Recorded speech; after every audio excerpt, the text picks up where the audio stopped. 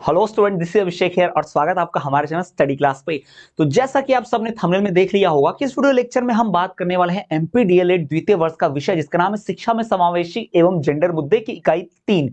जी हाँ, इसके पहले ऑलरेडी इस विषय शिक्षा में समावेशी एवं जेंडर मुद्दे का इकाई 1, इकाई 2, इकाई 3 हम ऑलरेडी ला चुके हैं। तीसरी इकाई चल रही है आज। तो इस पूरे विषय में मात्र 3 ही इकाई है और इन 3 इकाइयों के साथ ये विषय आज संपूर्ण हो जाएगा। इसके बाद हम अगला विषय स्टार्ट करेंगे। अगर आपने पहली इकाई दूसरी इकाई की वीडियो अभी तक नहीं देखी है तो चैनल पे प्लेलिस्ट चेक कीजिएगा, आपको मिल जाएगी और वहां से आप देख पाएंगे। और आज मैं बता दूं कि इस वीडियो लेक्चर हम बात क्या करेंगे, तो शिक्षा में समावेशी एवं जेंडर मुद्दे इस विषय की इकाई 3 जिसका नाम ही है जेंडर स्कूल और समाज। जी हाँ, जिसका नाम है जेंडर स्कूल और समाज। इस तीसरी इकाई की, इस थर्ड इकाई की सभी महत्वपूर्ण प्रश्न उत्तर को हम डिस्कस करने वाले हैं।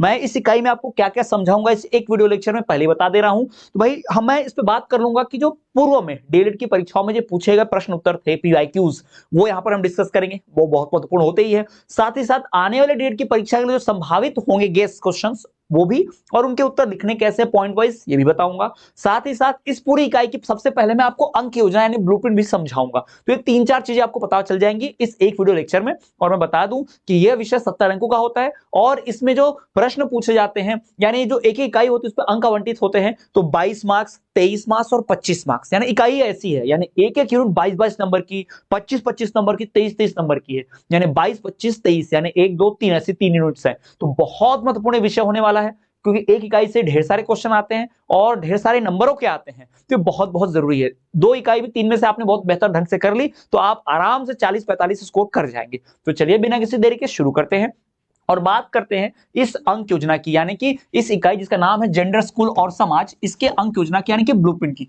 यानी जो इसका ब्लूप्रिंट यानी कि इसमें इस इकाई से कितने अंक आवंटित है, यानी कितने अंकों के प्रश्न यहां से आते हैं, कौन कौन से आते हैं। तो इस पूरे इकाई पर जो अंक आवंटित है वो 23। जी हाँ, 23 marks are allotted to this unit. यानी इस यूनिट पर 23 अंक आवंटित किए गए हैं। यानी 23 अंकों के प्रश्न उत्तर यहां से पूछे जाएंगे। तो कौन कौन से और कितने नंबर के वो भी बता दे रहा हूं। तो सबसे पहले देखिए, आपको वस्तुनिष्ठ पूछे जाएंगे 5, यानी 5 एमसीक्यूज।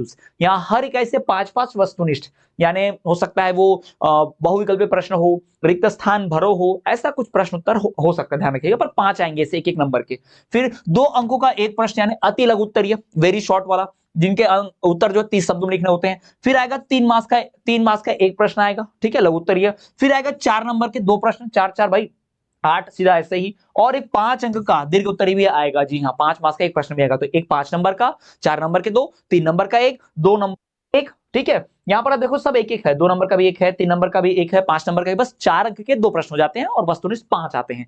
तो ये जो पूरा है ब्लूप्रिंट है, इस प्रकार से 23 अंक हो जाते हैं और ये 23 अंक मिलते हैं आपको इस एक यूनिट को पढ़कर। तो ये बता दिया मैंने इसकी अंक योजना। अब बिना किसी देरी के शुरू कर लेते हैं हमारे इस यूनिट को, बात करेंगे। लेकिन उससे पहले मैं समझा दूं कि अगर आप डीएलएड की परीक्षा में 90+% स्कोर करना चाहते हो, डीएलएड की आपका डिप्लोमा डिग्री जो है डिस्टिंक्शन प्लस से बनाना चाहते हो, 90+ स्कोर करना चाहते हो, तो आप हमारा एमपी डीएलएड का संपूर्ण कोर्स विद 1 ईयर वैलिडिटी जरूर परचेस करें।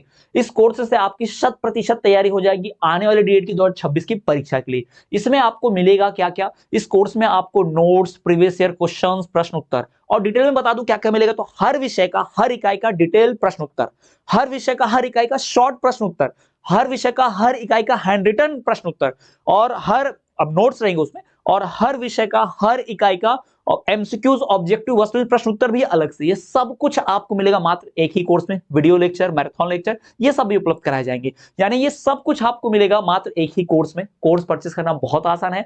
वीडियो के डिस्क्रिप्शन हमारे ऐप की लिंक है, वहां से आप ऐप डाउनलोड करेंगे तो आप हमारा कोर्स परचेस कर पाएंगे बिना किसी कूपन कोड के। डायरेक्ट कोर्स परचेस कीजिएगा। अभी 33% की छूट चल रही है। जी हाँ, उसमें आपको टेस्ट सीरीज भी ऐड करने आते हैं ना, टेस्ट सीरीज को भी आप खरीद सकते हैं। टेस्ट सीरीज में आपको कई सारे चेकिंग हो जाती है, कई क्वेश्चन आते रहेंगे, टेस्ट सीरीज चलेगी पूरी, तो उसमें आपको पता चल जाएगा कितनी तैयारी नहीं हुई और अच्छी प्रैक्टिस भी हो जाएगी। तो कोर्स परचेस करने के लिए वीडियो के डिस्क्रिप्शन हमारे ऐप की लिंक है, ऐप डाउनलोड करें, डायरेक्ट 33% छूट मिल जाएगी, बिना कूपन कोड डाले कोर्स परचेस कर लेना। चलिए, बात हुई कोर्स की, अब आगे बढ़ते हैं।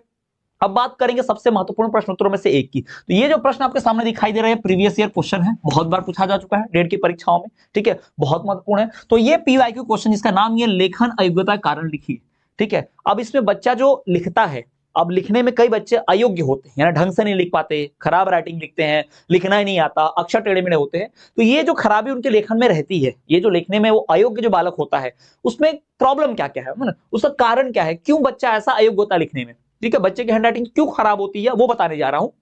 आप सब आगे चल के टीचर बनेंगे, भावी आप सभी अध्यापक लोग हैं, तो आप अपने स्टूडेंट को कैसे हैंडल करेंगे जिसकी राइटिंग खराब होगी, इसके पीछे कारण जो ना आप यहां से जान पाओगे। तो देखो, सबसे पहली बात, जैसे मैंने कहा कि जब भी प्रश्न आए तो पहले थ्योरी लिख दो। तो लेखन अयोग्यता के कारण निम्नलिखित दिए जा रहे हैं। लेखन अयोग्य होने के कई कारण होते हैं, उनमें से कुछ प्रमुख कारण निम्नलिखित दिए जा रहे हैं। ऐसी थ्योरी बनाइए 1.5-2 लाइन की और फिर लिखना स्टार्ट किया। नंबर 1, कलम की पकड़, गलत तरह से कलम पकड़ना। कुछ लोग ऐसे पकड़ते हैं, कुछ लोग ऐसे पकड़ते हैं, कईयों को देखा भाई ऐसे पकड़ के लिखते हुए, मतलब सबका पकड़ने का अपना अलग अलग तरीका होता है। कलम को अगर गलत तरीके से पकड़ा तो हैंडराइटिंग खराब हो सकती है। दूसरा, मेज पर सिर रखकर लिखना। कई लोग ऐसे लेट जाते हैं फिर ऐसे लिखते हैं, अक्सर आजकल के बच्चों को मैंने देखा हुआ है, करते हैं ऐसा, ठीक है। तीसरा, अनावश्यक चिन्ह लिखते वक्त अनावश्यक चिन्ह बनाएंगे, मतलब जानबूझ के कुछ भी सिंबल देंगे, मतलब राइटिंग में वो सजाने के लिए, सजावट के लिए वो कई चीजें करते रहते हैं। फिर दृष्टि दोष, जिन्हें ढंग से दिखाई नहीं देता।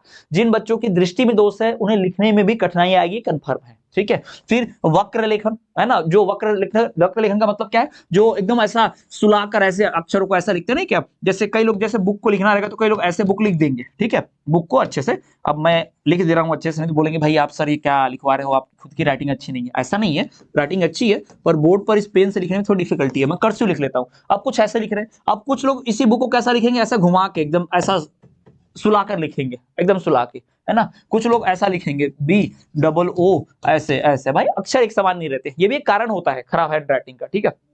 ठीक, फिर क्या, ध्यान का अभाव, ध्यान ना होना, कंसंट्रेशन ना होना, ध्यान कहीं और है, लिख कहीं रहे, कुछ भी जल्दी जल्दी में खराब शराब लिख देंगे। तीव्र गति से लिखना, बहुत तेज लिखने से होता है, तो मेरे साथ भी होता है, जब मैं चीजें बहुत तीव्र गति से लिखता हूँ, स्पीड से लिखता हूँ, तो मेरी राइटिंग खराब हो जाती है। शुरुआत में जब मैं कोई परीक्षा देता हूँ, एग्जाम लिखता हूँ, तो शुरू का मान लो 3 घंटे एग्जाम है, तो शुरू के 2 घंटे में राइटिंग बड़ी अच्छी साफ सुथरी ठीक ठाक लिखता हूँ, और जैसे ही अंतिम घंटा स्टार्ट होता है और लगता है कि भाई समय कम बचा, प्रश्न ढेर सारे लिखने, तो जो मेरी हैंडराइटिंग स्पीड बढ़ती है, उसके बाद तो भाई बस डॉक्टर बन जाता हूं मैं, टीचर से सीधा डॉक्टर वाली हैंडराइटिंग आने लगती है। तो तेज गति से लिखना भी लेखन अयोग्यता का एक कारण होता है। क्लियर है, समझ में आ गया? चलिए आगे बढ़ते हैं, अगले प्रश्न की ओर बढ़ जाएंगे। अगला हमारा प्रश्न देखिए कि समस्यात्मक व्यवहार के कारण लिखिए। जो समस्यात्मक व्यवहार होता है, यानी कि जो समस्या होती है बच्चों के अंदर, फिर बच्चे उस समस्यात्मक यानी कि समस्या के हिसाब से व्यवहार करते हैं, गलत व्यवहार करते हैं, सामान्य व्यवहार नहीं करते, तो इसका कारण क्या है, ठीक है, वो हम देखेंगे। तो देखिए सवाल है समस्यात्मक व्यवहार के कारण लिखिए। तो पहले थ्योरी बना दी, समस्यात्मक व्यवहार के कई कारण होते हैं, जिनमें से कुछ प्रमुख कारण निम्नलिखित दिए जा रहे हैं। ऐसी थ्योरी लिख दो 2 लाइन की और फिर लिखना स्टार्ट। नंबर 1, अनुवांशिक कारण। समस्यागत या समस्यात्मक व्यवहार अगर कभी कोई करता है, ऐसा समस्यागत वाला व्यवहार या समस्यात्मक व्यवहार अगर कोई करता है, इसका एक कारण अनुवांशिक हो सकता है, माता पिता से मिले हुए गुण हो सकते हैं, ठीक है, डीएनए में, जीन्स में जो होता है। दूसरा, वातावरण का प्रभाव, इन्वायरमेंट, जिस वातावरण में रह रहे हैं उसका भी प्रभाव हो सकता है। और क्या भाई, दोषपूर्ण संबंधीकरण, कुछ अगर दोष है तो भी। अचेतन मन, यानी मन जो है वो अनकॉन्शियस है, अचेतन है, यानी जागृत नहीं है, ठीक है। क्षतिपूर्ण सिद्धांत, यानी प्रिंसिपल जो है किसी भी चीज का वही गलत है, यानी उनका जो सिद्धांत है किसी चीज को लेकर, या समझ कह सकते हो किसी भी टॉपिक को लेकर, उसके लिए गलत समझ उन्होंने बना ली है, जो आगे चल के गलत कारण बनती है। और क्या, नव विश्लेषणवादियों का दृष्टिकोण, यानी कि कुछ लोग जो है नई तरीकों से, जो लोग अभी ज्ञान देते हैं, अलग अलग टॉपिक से मोटिवेशन देते हैं, विश्लेषण करते हैं, उनके ज्ञान के हिसाब से अगर कोई चलता है तो भी दिक्कत है ना। पुराने लोग अलग तरीके से सोचते थे, नए मोटिवेशनल लोग या विश्लेषक लोग अलग तरीके से सोचते हैं, फिर किसकी बात सुनी जाए, इससे समस्या उत्पन्न होती है। ये सारी चीजें इसमें है, तो ध्यान रखिए ये सब क्या है, समस्यात्मक व्यवहार के कारण है। ऐसे तो समस्यात्मक व्यवहार कई चीजों से हो सकता है, पर उनमें से प्रमुख ये चीजें हैं, इनसे ज्यादा समस्या उत्पन्न होती है, ठीक है। हमने लेखन अयोग वाला लिखा था, ठीक है, ओके, हमने क्वेश्चन भी कर दिया था, ओके। चलिए तो आगे बढ़ेंगे और बात करेंगे हम अपने अगले प्रश्न की। अगला हमारा प्रश्न होगा समस्यात्मक के बाद पितृसत्ता आदर्श स्वरूप की 3 विशेषताएं लिखिए। पितृसत्ता आदर्श, इसका मतलब क्या, पितृसत्ता का मतलब ये होता है जहां पिता प्रधान होते हैं, मेल जो प्रधान होता है, इसे पैट्रियार्की या पत्रियार्चल भी कहते हैं। इसमें पुरुष प्रधान समाज होता है, ठीक है, इसमें पुरुष जो है वही सत्ता अपने हाथ में रखता है, चलाता है। तो देखिए सबसे पहला, अगर इसको हम लिखना है कि इसकी 3 विशेषताएं क्या है, जहां जिस भी समाज में पुरुषों का वर्चस्व होता है, जिस समाज में सारे बड़े फैसले, मुख्य फैसले पुरुष लेते हैं, ठीक है, पुरुष प्रधान समाज जिसे हम कहेंगे, वहां पर अगर ऐसा कोई व्यवस्था होती कहीं पर, तो वहां होता क्या है, उसकी विशेषता क्या है, ठीक है। ये तो छोड़ दूं, मैं पहले बता दूं, ये आप थ्योरी छोड़ दिए, अपने दिमाग से समझ लीजिए ऐसे ओरली, कि अगर मेल लोग चलाएंगे तो सारे बड़े फैसले कौन लेगा, मेल, यानी पुरुष लोग, पुरुष प्रधान समाज है तो। दूसरा, राजनीति या बाहर के जो उद्योग सारे काम है उसमें कौन मेन रहेगा, पुरुष ही रहेगा। और घर में जो काम रहेंगे घर के अंदर के, वो स्त्रियों के हवाले छोड़ दिए जाएंगे, अगर पुरुष लोग संभालेंगे तो यही होता है। ठीक है, तो पितृसत्ता के आदर्श स्वरूप की 3 विशेषताएं निम्नलिखित दी जा रही हैं। ठीक है, 3 विशेषताएं यहाँ पर निम्नलिखित है। नंबर 1, राजनीतिक नेतृत्व, यानी कि पॉलिटिक्स को लीड करना, पॉलिटिकल आप कह सकते हो नेतृत्व है। ठीक है, राजनीतिक नेतृत्व। दूसरा, नैतिक अधिकार एवं सामाजिक मान सम्मान, नैतिक अधिकार, मोरल राइट जिसे कह सकते हैं, एवं सामाजिक मान सम्मान। और संपत्ति की नियंत्रण की भूमिका, यानी प्रॉपर्टी को कौन रोल करेगा, यानी पिता की जो प्रॉपर्टी होती है उस पर लड़के का हक होता है, लड़की का नहीं। आमतौर पर लड़कियां नहीं ले पाती हैं, उन्हें अगर कोई लड़की मांग ले अधिकार तो उस पे केस होता है, या मतलब उसको बुरा समझा जाता है समाज में, ऐसा वो तो केस करके ले ही लेती है लड़कियां। लेकिन कानून को अधिकार देता है, संविधान भी देता है, लेकिन समाज में ऐसे लड़कियों को बुरा माना जाता है। भाई लोग रिश्ता तोड़ लेते हैं कि बहन ने रिश्ता मतलब अधिकार मांग लिया पिता की इसमें से। ठीक है, ये है। पर ये एक विचार और विवाद का विषय हो सकता है कि पिता की प्रॉपर्टी से भी लेना है, ठीक है, या और फिर जो पति है उसके प्रॉपर्टी से भी लेना है। तो लड़के को तो नहीं मिलता ना, लड़के को तो सिर्फ पिता से मिलता है, उसे अपनी पत्नी की प्रॉपर्टी में से मिलता है क्या, वहां से वो आती है नहीं। तो ये दहेज हो गया और ये दोनों तरफ से प्रॉपर्टी लेने वाला सिस्टम दोनों गलत है मेरे हिसाब से। एक तरह से मेरा अपना व्यक्तिगत मत है, इस पे मैं सही और गलत दोनों हो सकता हूं, ये आपके ऊपर है। ठीक है, मैं कोई थोप नहीं रहा हूं, बस बता रहा हूं कि मेरी ये सोच है इस टॉपिक पर। ठीक है, तो पितृसत्ता के आदर्श स्वरूप की 3 विशेषताएं यहां पर दी गई हैं। नंबर 1, राजनीतिक नेतृत्व। दूसरा, भाई नैतिक अधिकार एवं सम्मान, सामाजिक मान सम्मान का मोह, और संपत्ति का नियंत्रण की भूमिका। ठीक है, ये 3 चीजें मुख्य भूमिका अदा करती हैं। इन 3 चीजों पर मेन रोल रहता है अगर जहां पे पुरुष प्रधान समाज हो तो, यानी जहां पर पुरुष या पैतृक समाज की व्यवस्था चलेगी तो वहां पर ये चीजें देखने मिलेंगी ही मिलेंगी, कन्फर्म है। ठीक है, पुरुष ये सब चीजें अपने हाथ में रखते हैं। चलिए आगे बढ़ेंगे। अगला सवाल, नारीत्व की 4 विशेषताएं लिखी हैं। ठीक है, अब जो नारीत्व, स्त्रीत्व, यानी जो आप कह सकते हो जो नारी लोग होती हैं या उनके अंदर भावना, देखो जरूर नहीं है कि नारी में फिजिकली जेंडर नारी ही है, कुछ पुरुष नारी जैसे दयालु होते हैं तो उनके अंदर भी नारीत्व की भावना है, ऐसा नहीं है ना। जैसे लड़के अपने पिता जैसा ही बनेंगे, क्यों जरूरी है? लड़के अपनी माता के जैसे भी तो बन सकते हैं, या लड़की अपनी मम्मी की तरह क्यों बने, लड़की अपने पिता की तरह आदर्श भी तो बन सकती है। यानी अगर कोई लड़का अपनी माता की तरह बनना चाहे तो उसके अंदर नारीत्व गुण आएगा, मम्मी जैसा दयालु, मम्मी जैसा सबका ख्याल रखना, मम्मी जैसा सबसे पहले उठना, सबसे बाद में सोना, सबके लिए खाना बनाना, सबसे अंतिम में खाना, ये चीजें मम्मी करती है ना।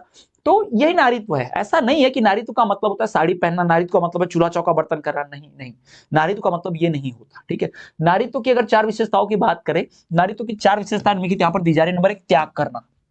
नारी का काम ये त्याग करना, नारी का त्याग मतलब ये उसकी चॉइस होती है, नारी त्याग करती है अपने बच्चों के लिए, पति के लिए, परिवार के लिए। सबसे पहला त्याग तो होता है अपना घर छोड़कर वो आती है दूसरे के घर, है ना, विदा होके, है ना। पुरुष भी तो विदा होके जा सकते थे पर स्त्री ही आती है, ये उसका पहला त्याग होगा, अपने माँ बाप को जहां जन्म लिया, बचपन से बड़े हुए, उसको छोड़ के आ गई अनजान लोगों के बीच। दूसरा, सेवा भाव, वो सबकी सेवा करते रहती है, सास ससुर की सेवा, है ना, भगवान की आरती करना, पूजा पाठ करना, झाड़ू पोछा बर्तन करना, सबके लिए खाना बनाना, सबको खिलाना, और कोई मेहमान आए तो उनकी आवभगत करना, चाय बनाना, नाश्ता बनाना, ये सब सेवा भाव किसका होता है? माता का ही तो होता है। पुरुष तो बाहर कमाने चले जाते हैं, ज्यादातर देखभाल कौन करता है? नारी ही करती है।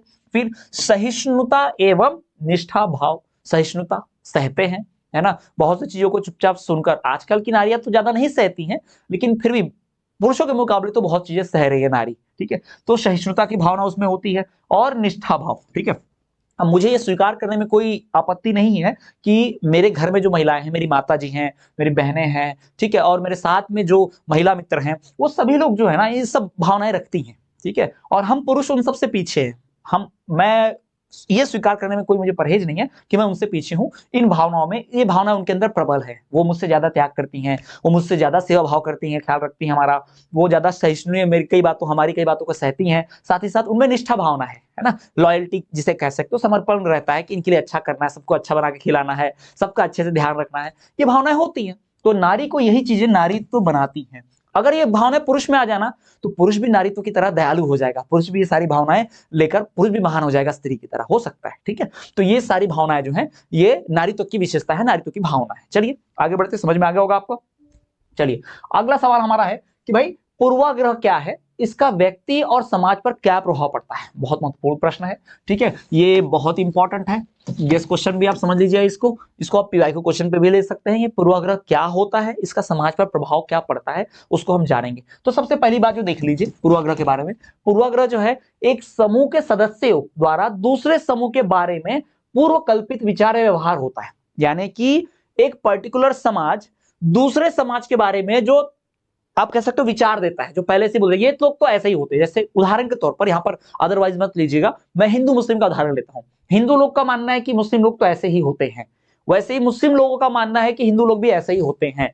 तो एक दूसरे के बारे में, एक समूह का दूसरे समूह के बारे में अलग पहले से विचार बना लेना, पहले पहले मतलब पूर्व, इससे तो बोला गया ना पूर्वाग्रह, यानी पहले से ही विचार बना लो, पहले से ही कुछ ग्रहण कर लो, भले उसको देखा नहीं जाना नहीं उनके बारे में, विचार बना लेंगे ऐसे ही होते हैं, मुस्लिम लोग तो ऐसे ही होते हैं। ठीक है, ये दोनों गलत है, पूर्वाग्रह नहीं होना चाहिए वैसे तो। ठीक है, कुछ पूर्वाग्रह काम आता है, जैसे मान लो क्रिकेट टीम, पाकिस्तान की क्रिकेट, इंडियन क्रिकेट टीम, तो पाकिस्तान क्रिकेट और इंडियन क्रिकेट टीम ऐसी खेलती है, पाकिस्तान उन्होंने इंडिया के बारे में अलग से कुछ व्यवहार बना रखा है कि हाँ इंडियन टीम ऐसे ही है, और हमने पाकिस्तानियों के बारे में अलग से व्यवहार बना रखा है कि पाकिस्तान की टीम ऐसी खेलती है, ऐसे ही करते हैं ये लोग। ठीक है, तो हमने उनके खिलाफ पहले से गेसिंग रखी है और हम उससे क्रिकेट खेलते हैं और हर बार उससे जीत भी जाते हैं।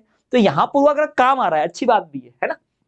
पर कई मौकों पर ये नकारात्मक ही होती है, ध्यान रखिएगा। कभी कभी ये सकारात्मक भी होती है, जैसे मैंने क्रिकेट का एग्जांपल दिया, पर मोस्ट ऑफ द अधिकतर मौकों पर ये नकारात्मक ही होगी। पहले से जज करना जिसे बोलते हैं ना, ये यही होता है जब समाज का एक ग्रुप, एक सदस्यों का समूह दूसरे सदस्यों के समूह को पहले से ही जज करेगा ना कि ऐसे ही होते हैं, तो इसे पूर्वाग्रह कहते हैं। ठीक है, तो पूर्वाग्रह एक समूह के सदस्यों द्वारा दूसरे समूह के बारे में पूर्व कल्पित, पहले से ही डिसाइड बनाए हुए, पहले से ही बनाए हुए माने हुए व्यवहार जो होता है उसे ही पूर्वाग्रह कहते हैं। इसका शाब्दिक अर्थ देखेंगे तो पूर्व निर्णय, यानी पहले से निर्णय ले लिया, प्री डिसाइडेड, पहले से डिसाइड कर लिया, इसे पूर्वाग्रह कहते हैं। ठीक, दूसरी बात क्या, इसको और आसान शब्दों में थोड़ा अर्थपूर्ण, तो अर्थात वह धारणा, धारणा मतलब आइडियोलॉजी, वो सोच, आप कह सकते हो सोच है ना, धारणा मतलब आप सोच भी कह सकते हो। तो वह धारणा जो बिना विषय को जाने और तथ्य को परखे शुरुआत में ही मन बना ली जाती है ना, शुरुआत में ही बना ली जाएगी, मतलब पहली सोच बना ली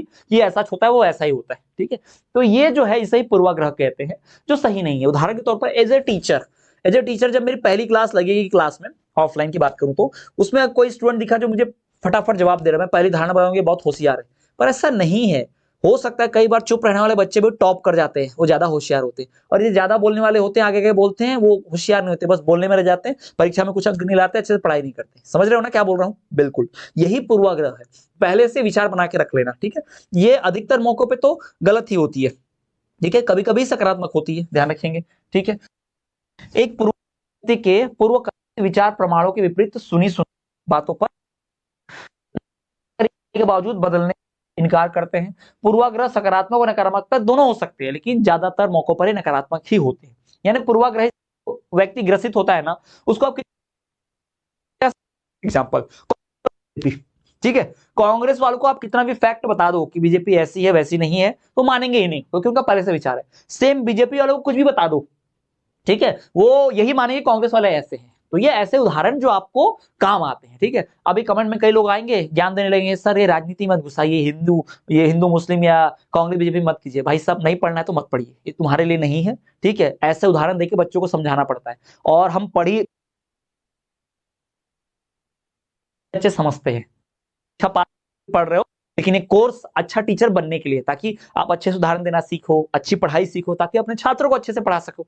इस पर्सपेक्टिव से पढ़ना होता है। ठीक है, मैंने तो कमेंट में आके ज्ञान देने से पहले सोच लेना कि भाई ये तुम्हारे लिए तो नहीं है, बिल्कुल ये उनके लिए मैंने बताया है जो लोग सच में अच्छा शिक्षक बनना चाहते हैं, और कैसे विषय को रोचक एग्जाम्पल देके बच्चे को डेली लाइफ से जोड़ के समझाते हैं, ताकि बच्चे को इंटरेस्टिंग लगे और बच्चे को समझ में, हाँ सर हमें इतना खतरनाक टॉपिक तो नहीं समझता, लेकिन आपने जो हिंदू मुस्लिम का एग्जाम्पल समझाया, कांग्रेस बीजेपी वाले एक दूसरे के बारे में वही मानते हैं ऐसा समझाना, समझ गया हमको। क्योंकि ऐसे उदाहरण आसपास में होने चाहिए ना, तभी बच्चा समझ पाता है, डेली लाइफ के एग्जाम्पल से रिलेट कर पाता है। इसलिए मैं ऐसे उदाहरण चुनता हूं अक्सर अपनी ऑफलाइन क्लासेस में पढ़ा। ठीक है, ध्यान रखिएगा, क्लियर है सब। पूर्वाग्रह क्या होता है, कैसे, चलिए। तो स्टूडेंट्स, ये थी हमारी इकाई 3 शिक्षा में समावेश जेंडर मुद्दे की, ये तीसरी इकाई थी। इसको पढ़कर आपको टोटल 22 नंबर प्राप्त हो ही सकते हैं आसानी से। ठीक है, तो पूरा संपूर्ण कोर्स आपको हमारे चैनल पर मिल जाएगा। ठीक है, इसका इकाई भी वीडियो आपको प्लेलिस्ट में मिल जाएंगे। 100% तैयारी करने के लिए 90+% की डिग्री डिप्लोमा डिस्क्रिप्शन मार्क्स के साथ बनाने के लिए आप हमारा कोर्स जरूर परचेस करें। वीडियो के डिस्क्रिप्शन हमारे ऐप की लिंक है, ऐप डाउनलोड करें और वहां से हमारा कोर्स जरूर परचेस कर लें। तो चलिए स्टूडेंट्स, मिलेंगे अगले वीडियो में, तब तक के लिए देखते रहिए हमारा चैनल स्टडी क्लास।